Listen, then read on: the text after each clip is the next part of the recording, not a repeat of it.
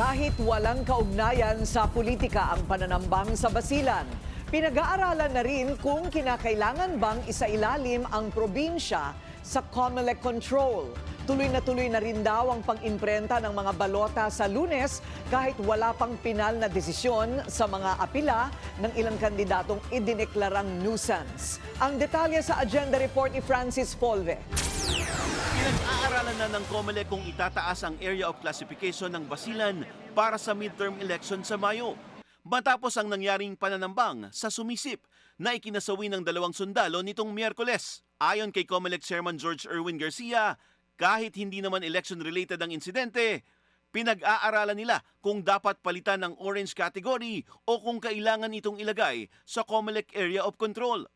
Ayaw din nilang basta magpadala ng militar at pulis sa lugar na posible raw makaapekto sa mga residente doon. Kung yung violence na yan ay makakaapekto sa pagboto ng mga kababayan natin o yung pag-ikot ng mga kumakandidato sa pangangampanya, then pwede natin, base sa PNP, pwede natin ma-recommend din. Number one, i-increase yung classification level ng area, or number two, malagay siya sa COMELEC control. Tiniyak ni Garcia na nakikipag-ugnayan na sila sa AFP at PNP para mai-update ang areas of concern list para sa halalan. Sinabi rin ni Garcia na maayos ang ipinatutupad na COMELEC checkpoint, katuwang ang mga pulis at militar. Ngayong araw, may naitala ang PNP na 5 election-related incident mula sa Regions 2, 6 at 12.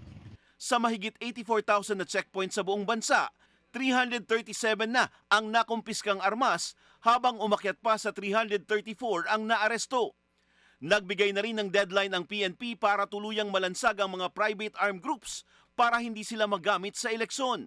Ang nakakalungkot kapag ang private armed groups hindi pala private, public. Pagka ang ginamit mo yung naka-uniforme, na ginagamit mong bodyguards ng mga politiko o bodyguards ng mga kumakandidato, medyo may problema po tayo dyan. Tinalakay din ang papel ng makabagong teknolohiya sa halalan. Ayon kay Garcia, magandang armas ang mga ito sa pagbabantay at pagmonitor ng buong election process. Tinututukan ng COMELEC ang alyansa sa DICT, ICT at law enforcement agencies para mabantayang mabuti ang paglaganap ng misinformation. Bagaman hindi na raw bago sa COMELEC ang IMSI Catcher o Text Blast na nakumpiska ng PNP kamakailan, mas maganda raw sana kung mapipigilan ang pagpasok nito sa bansa.